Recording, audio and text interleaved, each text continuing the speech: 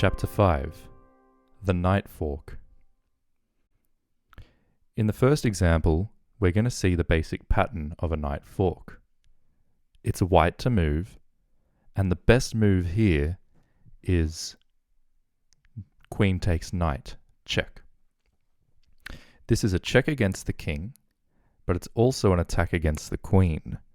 Therefore, black is forced, for all intents and purposes, to capture the queen. And now we see the knight fork.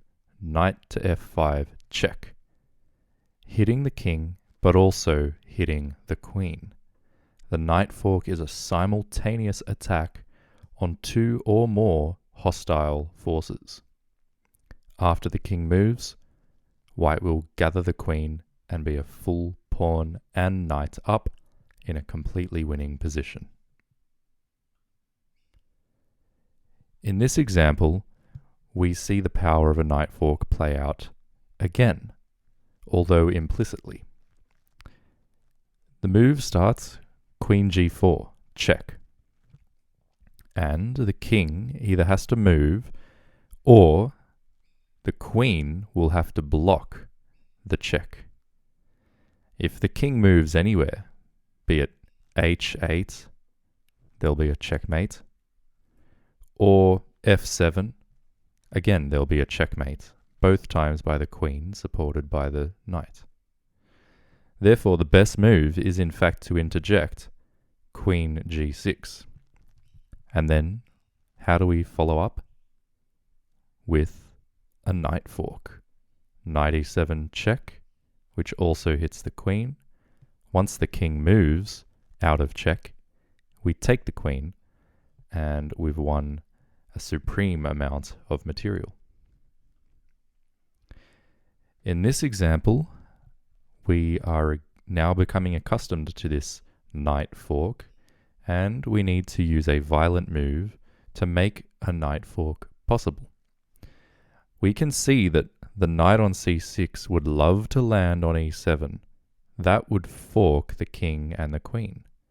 The only reason it can't currently do that is, of course, because e7 is guarded by the bishop on d6. From that observation, we can determine that the best move is knight takes the bishop on d6, practically forcing the recapture and allowing knight e7 check. Once the king moves, we pick up the queen, and again we've seen the power of the knight fork. In this example, it is black to move, and try to figure out how to proceed. The best move is actually the violent move queen takes bishop. Why is this the best move? Well, for one thing, it wins a bishop. And if white wants to capture the queen with queen takes queen, then we have at our disposal knight to f3 check, which also forks the queen. After the king moves, we regather the queen, and we've won a lot of material. In this example again, it's black to move. And again, try to figure out now, see if it's seeping into your brain, the pattern of a knight fork and how to bring them about through violent moves. In this example, the correct move is queen takes knight with check. The king is, of course, forced to capture the queen. And then we can play knight d4 check, which also hits the queen. And we've won material and have a winning position. In this example, again, we need to use a violent move to bring about the conditions under which we can deliver a knight fork. We see that the e2 square would be wonderful if we could use it as a forking point to hit both the king and the queen.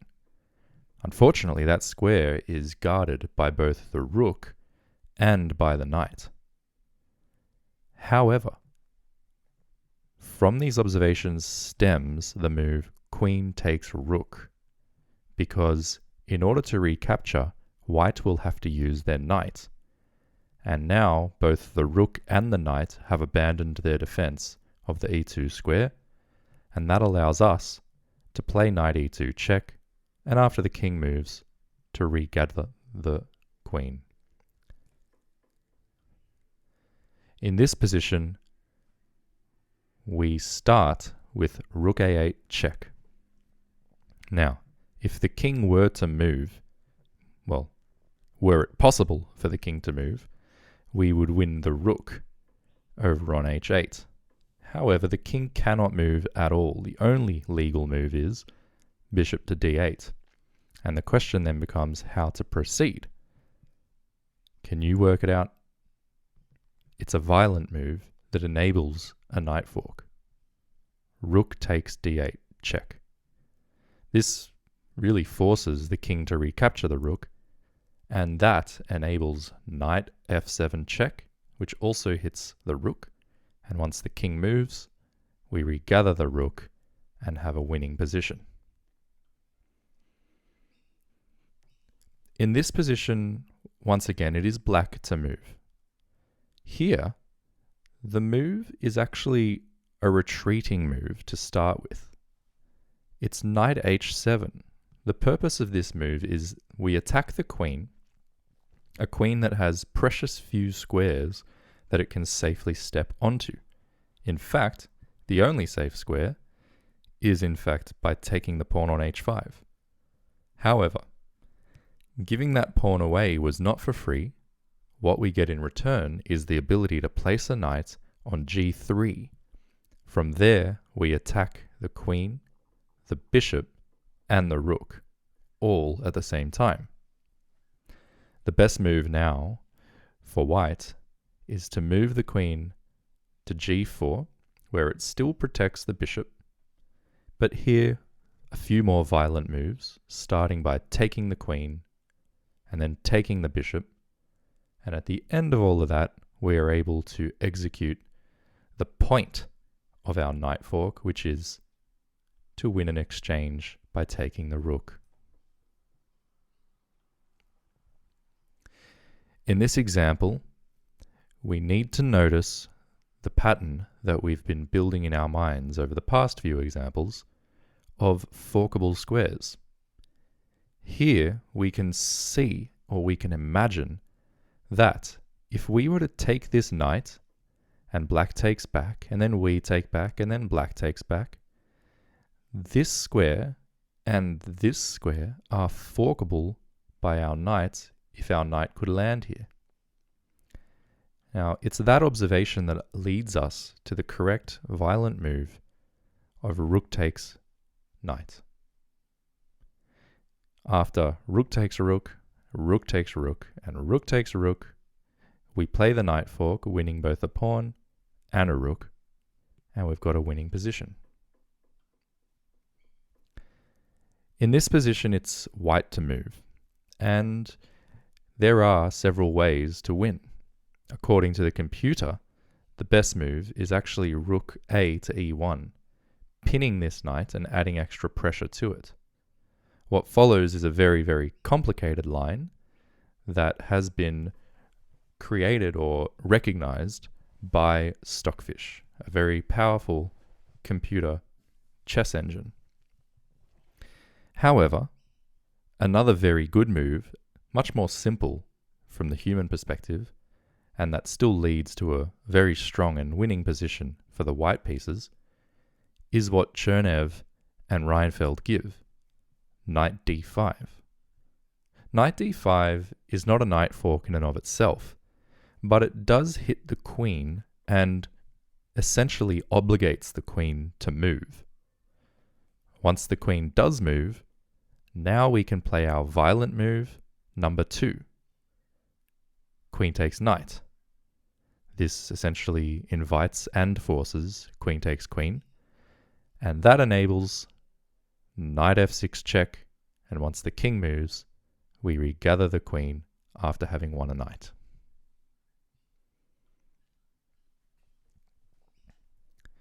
In this example, once again, we're going to use a violent move, or two, to bring about a knight fork in favorable conditions. Here, we need to understand that the queen and the rook are on forkable squares. If we could just land our knight here, we would have the fork. The problem is, of course, our bishop is occupying that square, and even if it wasn't, the black bishop is guarding that square. From that observation, we might want to just simply take the bishop. But if we do that, the queen will take our queen with check, and our queen is hanging. That would be a terrible blunder. For that reason, we start by taking his queen. He recaptures, still has valuable pieces on forkable squares. Now we capture his bishop, vacating this square and taking away the defender of the square. Once he recaptures our bishop, we land our knight on d5, forking both of these rooks, and we're destined to win one of them. In this example, it is again black to move, and again we're going to examine violent moves, which can lead to knight forks. The answer here is bishop takes knight, for this forces the pawn to recapture, and now there is a very elementary knight to c2 fork. It hits both the rook and the pawn, and we're either going to win one or the other. After king f2, which protects the pawn, our best move is to win the exchange by trading our knight for the rook. In this position, our queen is actually attacked by the white knight. However, can you find something other than moving our queen away? Something that relies on the force of a knight fork? The answer is actually knight takes rook. Because now, after he takes our queen, we can insert knight e2, check, forcing the king to move. Then we bounce back, taking his queen, and then regathering the knight. And if you count up the material, we're well and truly more than ahead in this position. In this position, it is white to move. And this is a very beautiful position. Here, the violent move is a threat of a knight fork. The move is knight c6. Why is knight c6 such a good move? Well, we're threatening the move knight e7 check that also forks the queen.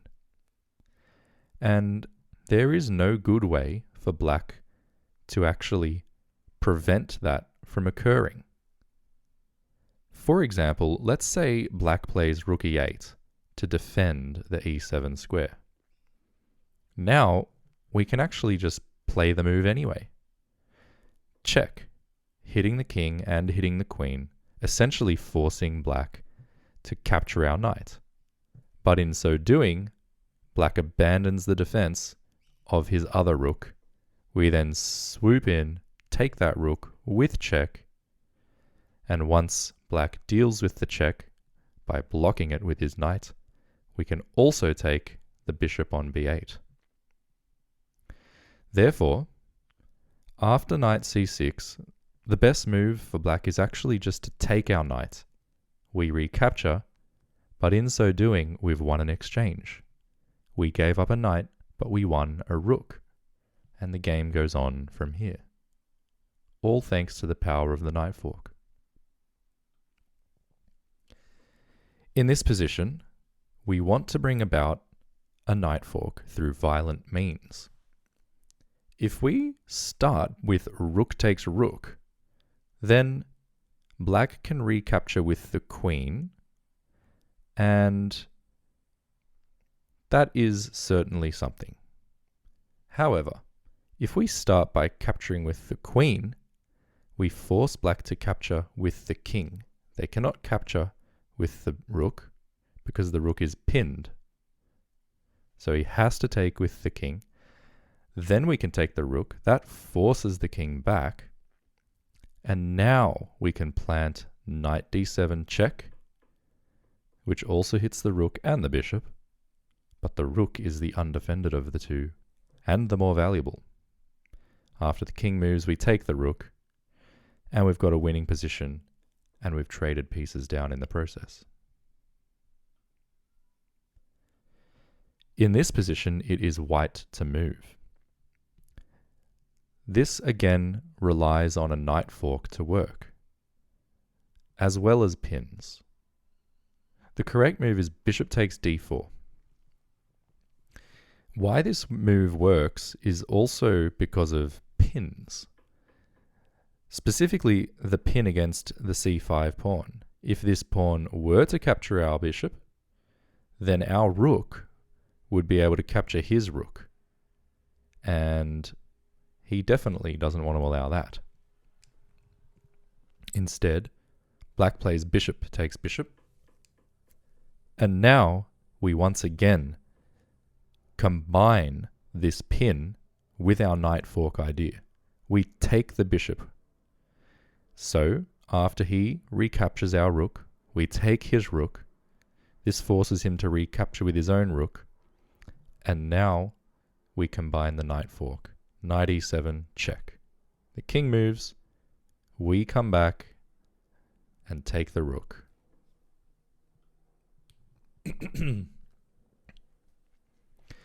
In this position, it's white to move. And again, we're going to use the power of the knight fork. We start with knight e7 check. This forces the king to move, and it also gains time for our knights to combine their powers on the c6 square.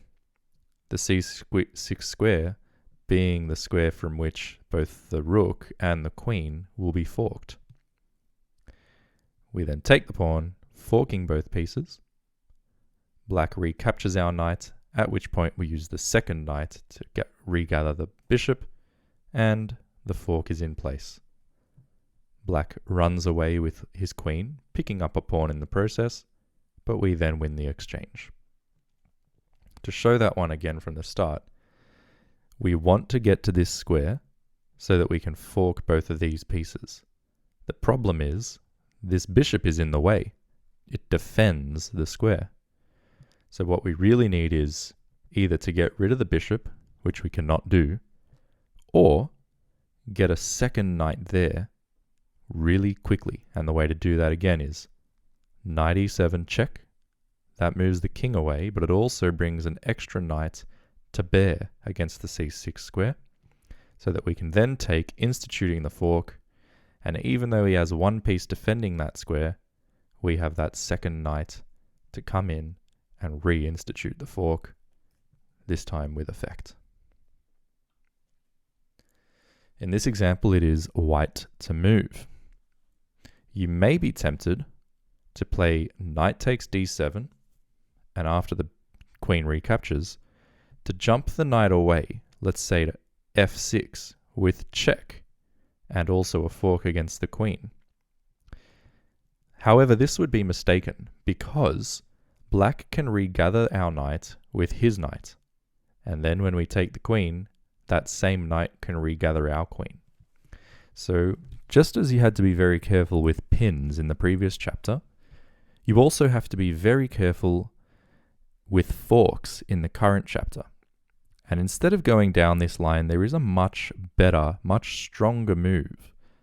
And that move also begins with a fork. Can you see the move?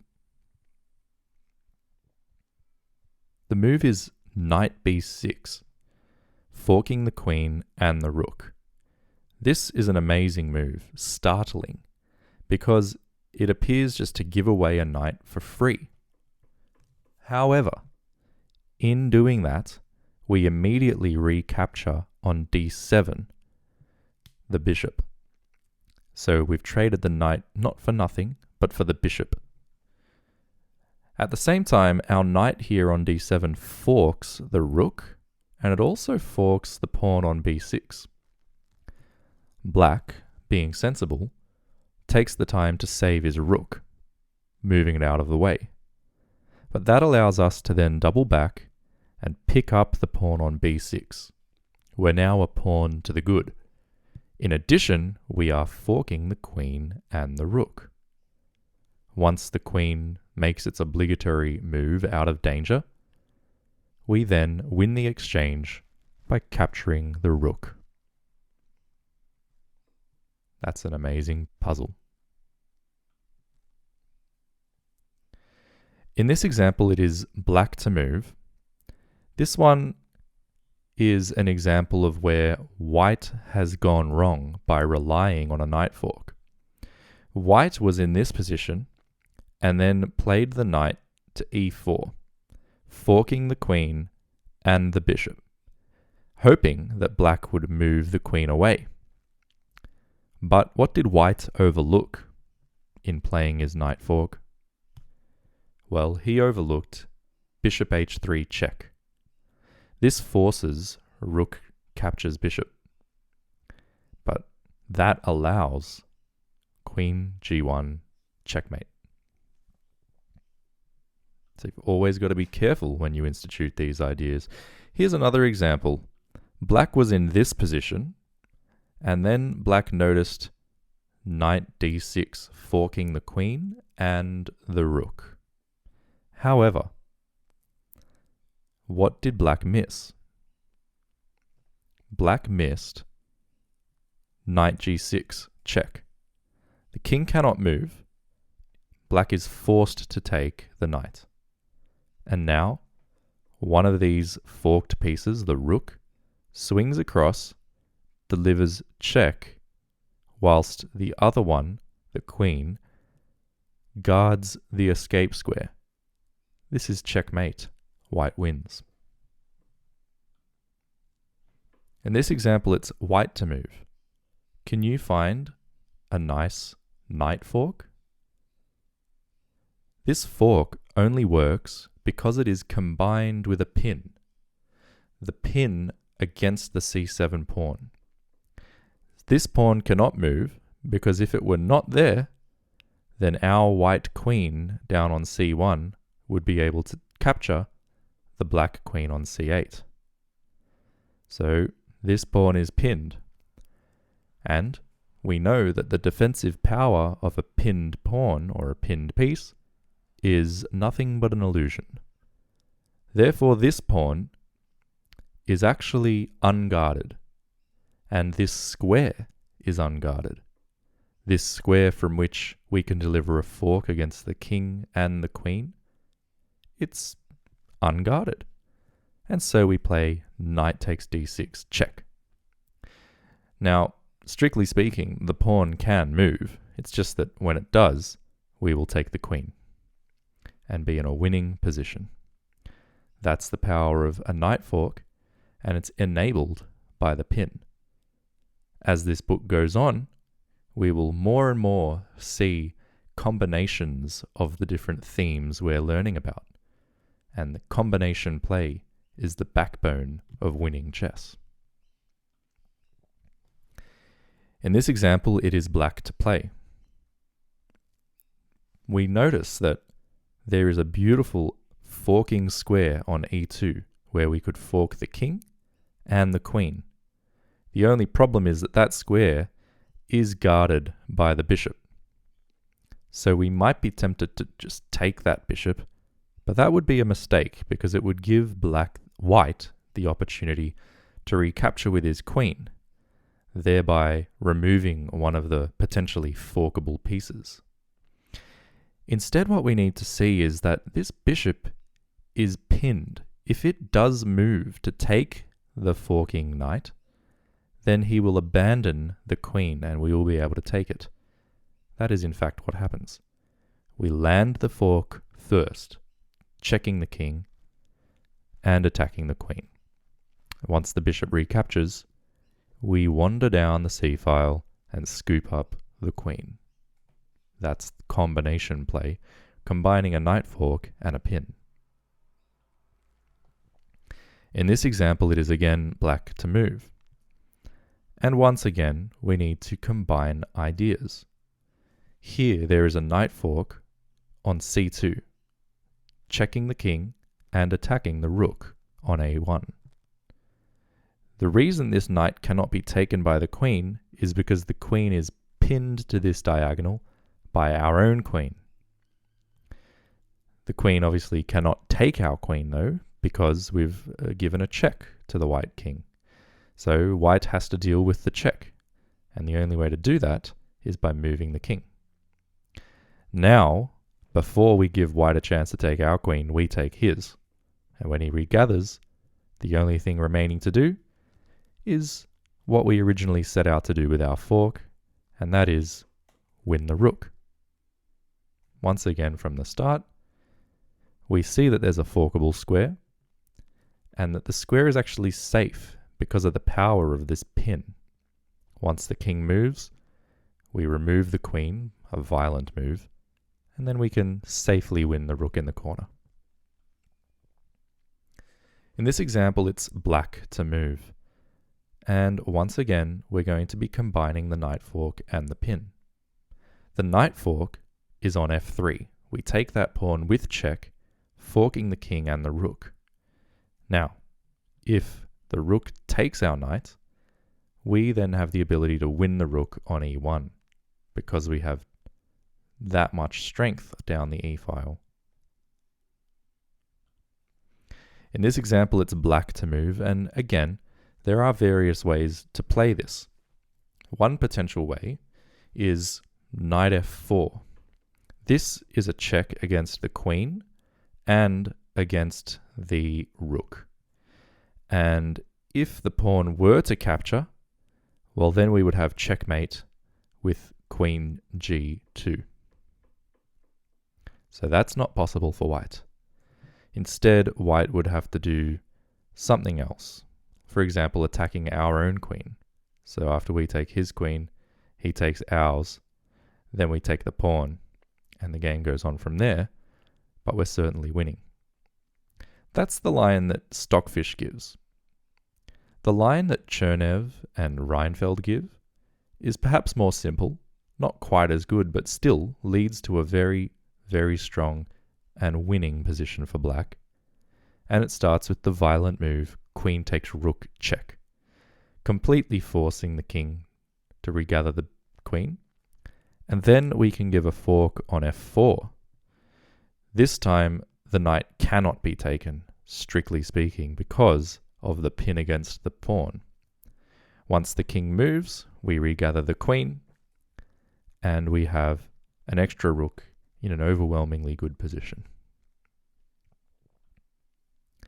In this position, it is black to move, and this is another one of those positions where Stockfish has come up with very stubborn defense. But let's first see what Chernev and Seinfeld have to offer. They note that after d4, which attacks the knight, if the knight moves away, there's a beautiful knight fork on b3, which is a check against the king. And once the king moves, it's also an attack against the queen, which we can then take. Stockfish notes, however, that after d4, it's not an obligation of white to move the knight. Instead, white can capture the pawn with the other knight, like that. From here, we recapture the knight, and we've won essentially an exchange, which is also a very good thing. The line goes on, and it's very complicated. Black is certainly winning, which does prove that d4 is the correct move.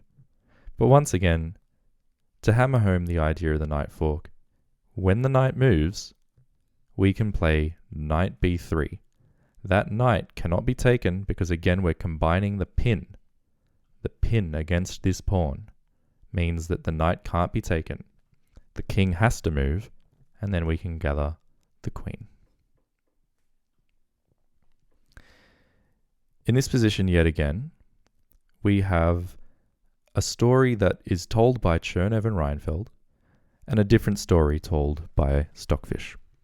Let's start with what Chernev and Seinfeld have to say. The violent move that they prefer is knight takes bishop, essentially forcing the queen to recapture the knight. Now here, can you see the violent moves that will lead to a knight fork? The move is rook takes f2 check. The king has to recapture. The rook cannot because it's pinned. It's pinned by our queen. After the king recaptures, we play knight to d3. Check. King has to move, and then we win the queen. A very simple and very sound way to achieve a very, very strong advantage. Another way to have done this, however, would be the immediate knight e3 check. Forking the king and the rook, the pawn cannot take the knight for the same pin aforementioned. Once the king moves, we can take the rook with check and play on from there. And that's certainly a good way to go. Or, if instead the queen takes, well then simply we regather the queen. In all of these examples, the knight fork is the key to achieving a winning position. In this example, it's white's turn to move. Can you see a violent knight fork? The move is knight c6, winning a pawn, attacking the queen, and attacking the bishop. Once the queen moves, there's another beautiful move in this series of moves. That move combines a knight fork with a pin. It is knight e7, check, hitting the king and hitting the rook, and apparently giving the knight away for free. But it's not really giving the knight away for free because it draws the queen in line with our rook. And because of that, it pins this pawn. And because that pawn is pinned, this rook is now undefended.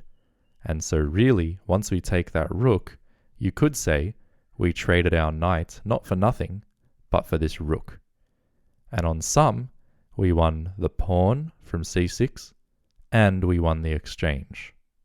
Let's look at it again. We win the pawn on c6 with a tempo on the queen and the bishop. When the queen saves itself and protects the bishop, we jump back with another knight fork, threatening to win a rook. Black thinks he saves the day, but no, we still get to win the exchange. And after he takes our queen, we take his, we have a winning position. Once again, we're going to combine the ideas of a knight fork and the ideas of a pin to win from this position. The winning move here is knight b6, checking the king and attacking the queen. Now, in this instance, this pawn is not pinned, and it certainly can just take the knight. So what's the big idea? Well, the big idea is by moving our knight out of the way, we've cleared space for our light-squared bishop to land on e6. And from there, it pins the queen to the king and will win the queen. In this example, it is white to move, and once again, we will be combining knight forks with pins in order to win the position. This pattern should be familiar to you if you've watched the first video, chapter 4, the pin, because we saw a couple of very similar examples in that session, and I would suggest you to go and watch that video now, if you haven't already. The move here is rook takes bishop, a violent move. It essentially forces the rook to recapture. Now you'll notice that this rook is pinned to the king. So step 1 of this solution is, of course, to kick the pinned piece while it's down, to concentrate force on the immobile pinned piece. How do we concentrate force against that piece? We bring our other rook into the game with rook f1. Black, of course, will bring their own rook over and try their best to keep the rook defended adequately. But we can provide even more force against that rook. How? With our queen, queen g5. Black too can meet that force with a force of his own. How can he bring one more defender to defend this rook? Well, it's king g7, the king itself participating in the defense.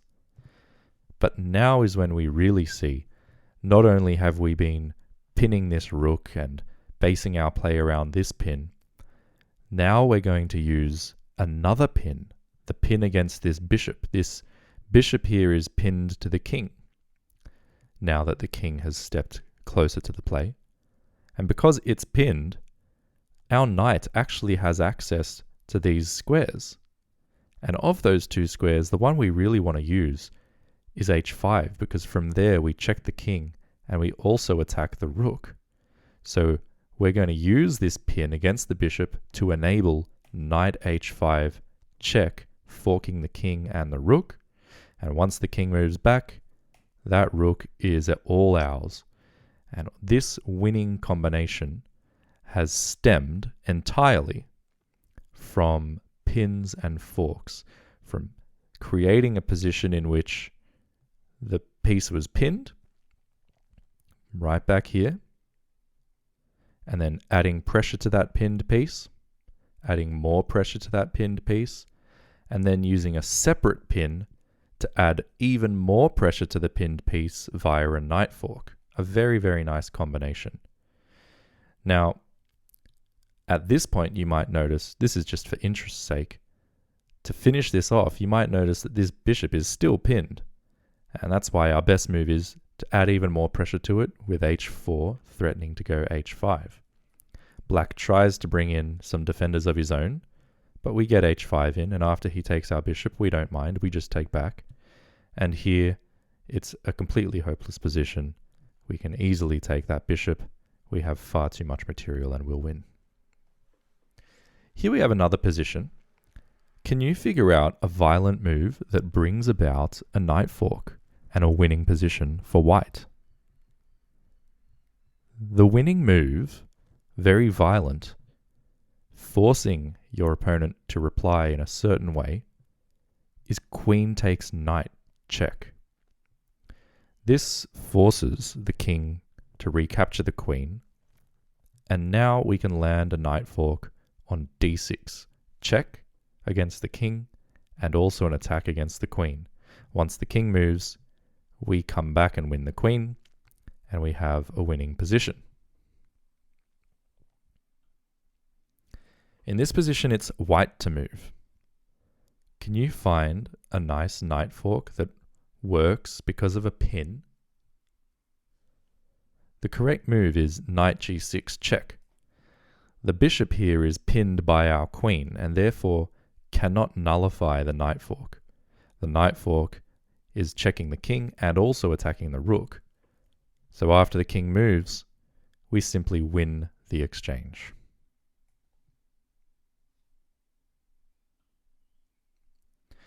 In this position, it's white to move.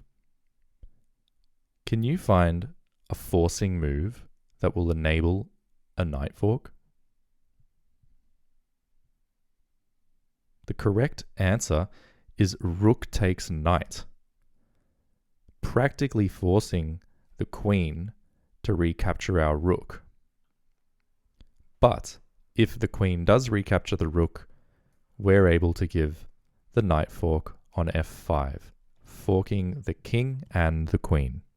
Once the king moves, we take the queen and we're going to win the game. However, we do always have to be careful, because even if we take this knight, black is not, strictly speaking, forced to recapture our rook. Instead, black might play a move like queen b8.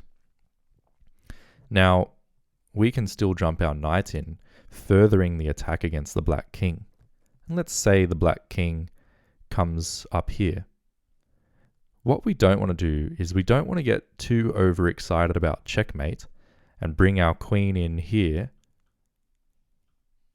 threatening mate here in one move, because in doing that, we would have totally and utterly forgotten that our back rank is vulnerable and that black can play a move like rook a1, and then we're essentially forced to give up our bishop, give up our queen, give up our rook, and then lose the game.